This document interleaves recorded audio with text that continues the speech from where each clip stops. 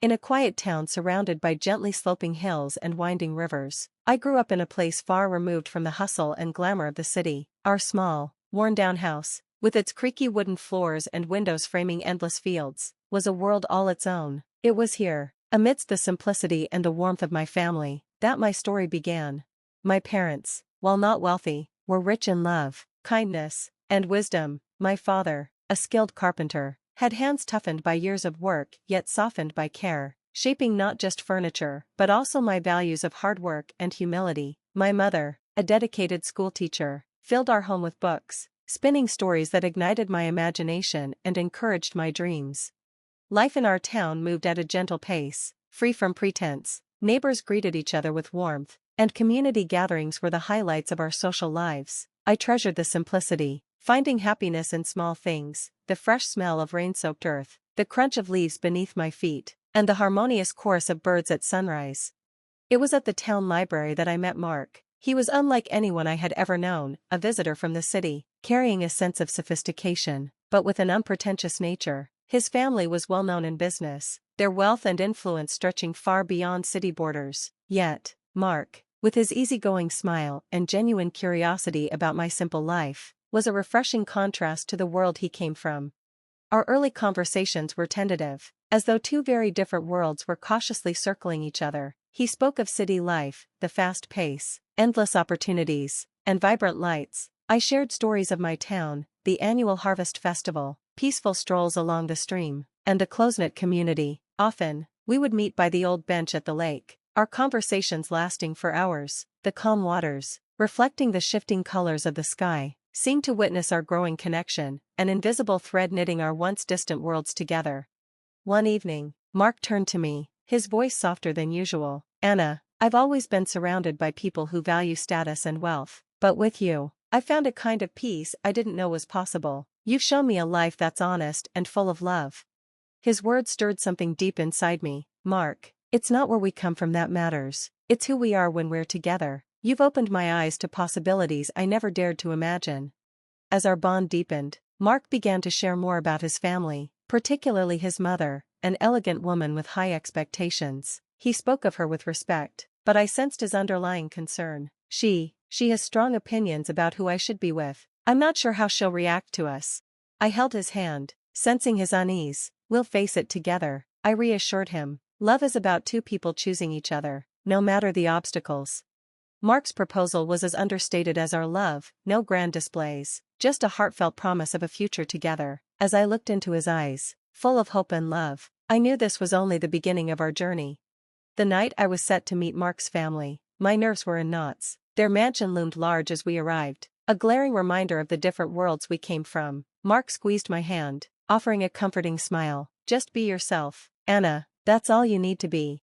I nodded, trying to calm the storm of anxiety. "I just hope your mom doesn't think I'm out of place." Mark's expression darkened for a moment. "Mom can be tough, just know that I'm with you."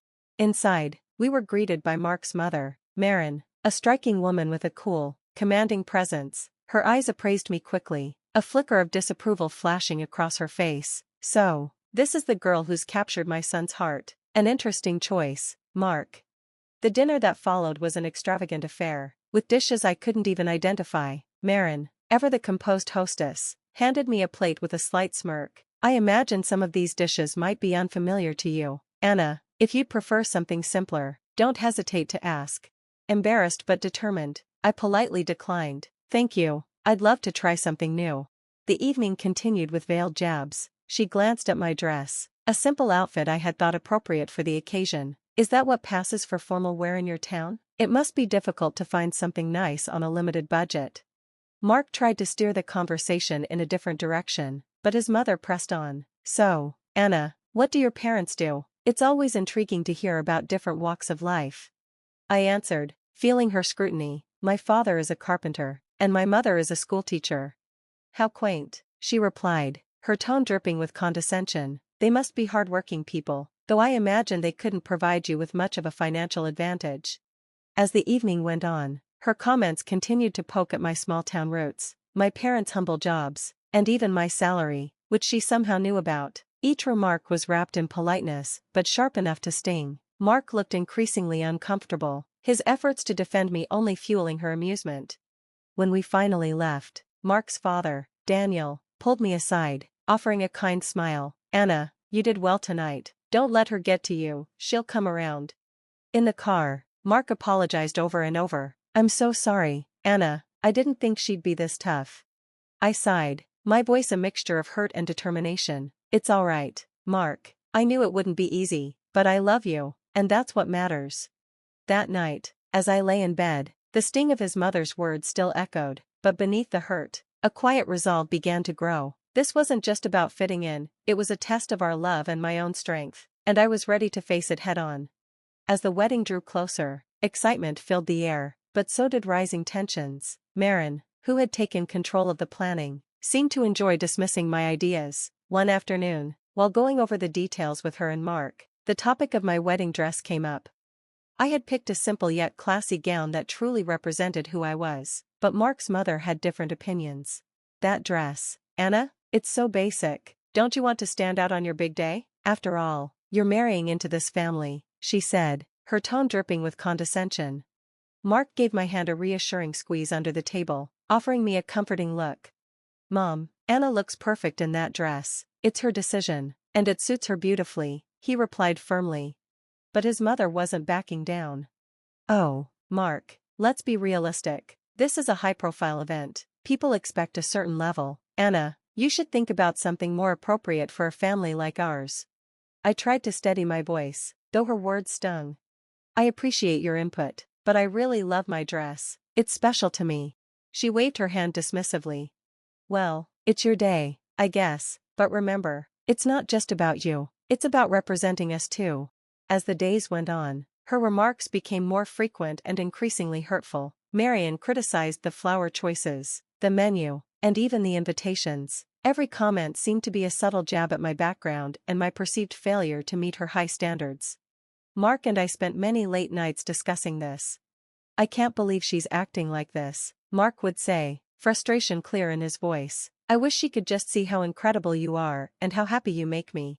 I'd lie there, wrapped in his arms, torn between love and sadness.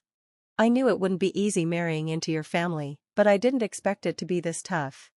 The morning of the wedding was bright and clear, a sharp contrast to the emotional storm brewing inside me. My parents and I had worked so hard to make everything perfect. Despite Marian's constant criticisms, as I slipped into my elegant gown, I prayed the day would pass without any major issues.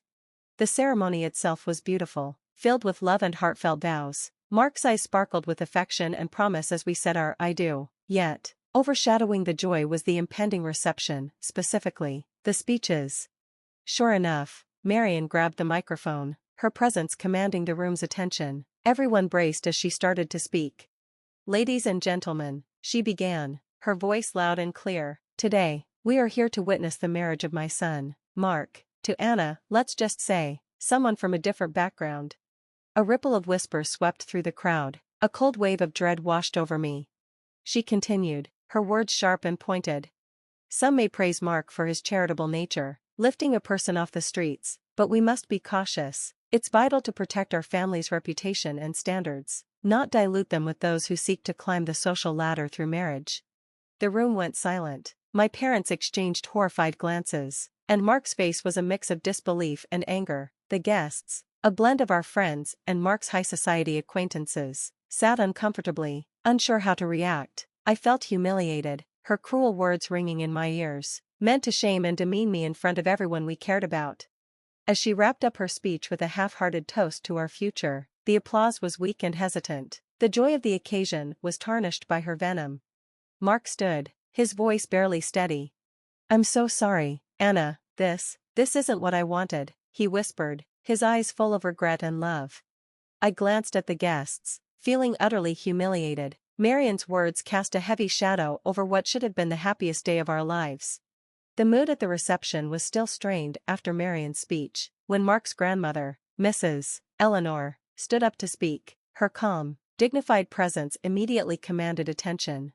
"Good evening," she began, her voice strong and deliberate. "I have something important to say. Anna, you've endured unfair criticism today, something no one should have to face, least of all on their wedding day." Both Mark and I were taken aback, surprised by her words. Mrs. Eleanor then turned to face Marian directly. It seems some of us have forgotten our roots. Let me remind everyone, especially you, that before you became the lady of this house, you were a maid here. It was while working in this home that you met your husband. The room fell silent. Mark's mother went pale, shock and embarrassment flashing across her face. Mrs. Eleanor pressed on, her tone firm. So, for someone who once came from nothing to stand here and scorn another for their humble beginnings is not only ironic but deeply hypocritical. I could barely believe what I was hearing. The guests were stunned, all eyes on Mrs. Eleanor. You, of all people, should be the last to judge anyone based on their background. We should celebrate Anna's integrity and strength, not look down on her for it. The atmosphere shifted, and murmurs spread through the crowd. Marian sat frozen, visibly shaken by the public reprimand. In this family, we value character over wealth, kindness over status. Anna embodies those values, and I'm proud to welcome her into our family.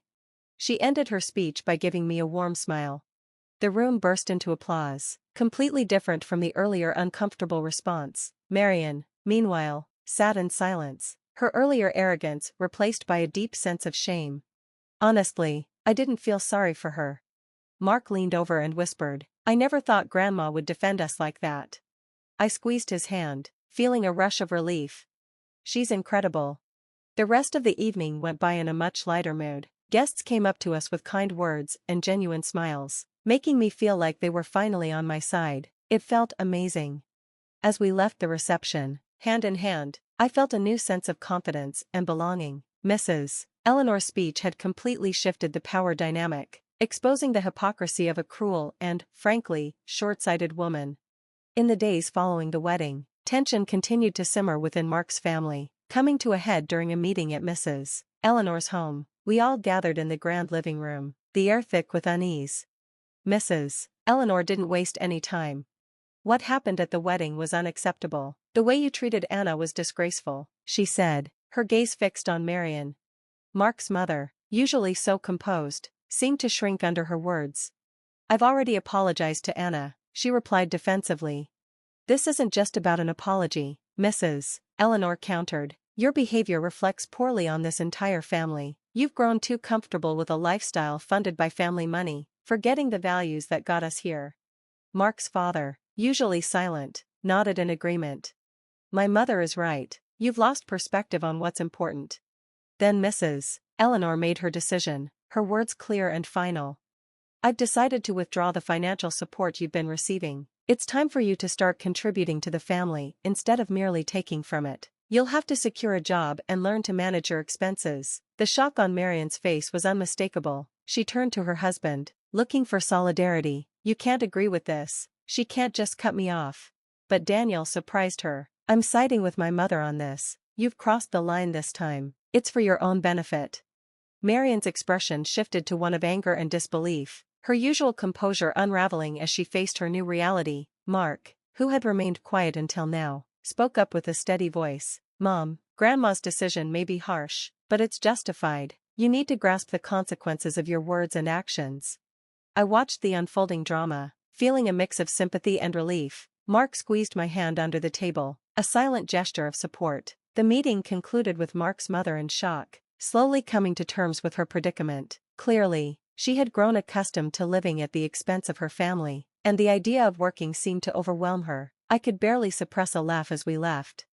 Mark leaned closer. "I never imagined I'd see the day when Mom would be left speechless, but perhaps this is the wake-up call she needs." I nodded, harboring a cautious hope for the future. Maybe this could mark a fresh start for her, and for all of us. The family confrontation had been difficult but essential. It was a pivotal moment that promised to transform the dynamics within Mark's family for the better. The honeymoon was a much-needed escape for Mark and me. As we strolled along the sandy shores, the calming sounds of the waves provided a welcome break from the recent family strife. One evening, as we admired the sunset, Mark wrapped his arm around me. "I'm sorry our wedding turned into such a spectacle, Anna. I wish things had unfolded differently." I leaned against him, feeling the warmth of his embrace. "It's all right, Mark. It wasn't your fault. What's important is that we're together now, free from all that stress." Mark sighed, gazing out at the ocean. "True, but when we return, we'll have to confront my mom's situation. It's going to be hard for her." I nodded, understanding his concern. Maybe this will give her an opportunity to grow and gain a new perspective. We spent our days exploring and our nights dreaming about the future. The challenges we faced seemed to fortify our connection, reaffirming our love for each other. On our last evening, as we packed our belongings, Mark looked contemplative. You know, Anna, everything that's happened has made me realize how vital you are to me. I can't envision my life with anyone else. I smiled, moved by his words. I feel the same way, Mark. We've been through a lot, but it's only strengthened our relationship. We can tackle whatever comes our way, as long as we're together. As we made our way back home, I felt a sense of calm. The honeymoon had not only been a respite from chaos, but a time for us to reinforce our bond and prepare for the new chapter in our lives. We were returning to a transformed reality, but we were doing it together, stronger and more united than ever. The future was uncertain, but I was ready to face it with Mark by my side. Upon returning from our honeymoon, Mark and I were uncertain about what awaited us at his family home. The car ride was quiet, both of us deep in thought about the new family dynamics. Upon our arrival, the first thing we noticed was the absence of Mark's mother. Inside, we were welcomed by his grandmother, Mrs. Eleanor, who greeted us with a knowing smile. "Welcome back, you too. I suspect you're curious about the changes here," she said, her tone light yet serious. "Yes, where's Mom?" Mark asked, glancing around. Mrs. Eleanor took a deep breath, her smile unwavering. "Well, after you left, Marion created quite the scene, insisting I reinstate her financial support. When I refused, she chose to leave. She's now residing in a small apartment and, from what I hear, is actively searching for employment." Mark and I exchanged glances as the news sunk in. It was a dramatic shift from the opulent lifestyle she was accustomed to. "And there's more," Mrs. Eleanor continued, leaning in as if to share a secret. "Your father is contemplating divorce. He's had enough of her behavior. It seems she finally pushed him too far." "Well, she brought this upon herself," Mark said, his expression a mix of shock and relief. "I can't believe it. I knew things would change, but this is beyond what I anticipated." I reached out, placing a comforting hand on his arm. "It's a lot to absorb, but perhaps this is for the best, a chance for everyone to start anew, on more honest ground." Dinner that evening was surprisingly serene. Mark's mother was absent, but not in the way we had expected. The conversation flowed more freely, and for the first time in ages, it felt like there was a genuine sense of family. As we drove home later that night, Mark appeared contemplative. "I always hoped for change, but I didn't foresee it happening like this. It's going to be a significant adjustment for Mom." I nodded in agreement. "It's a tough situation, but maybe it's a necessary step for her to evolve, and for your dad too, to find some peace." The drive home was reflective, both of us pondering the new reality we were entering. The family we left before the honeymoon was not the same one we were returning to. It was a sobering thought, yet also a hopeful one. Change, though often painful, could lead to something better, and we were prepared to face it together.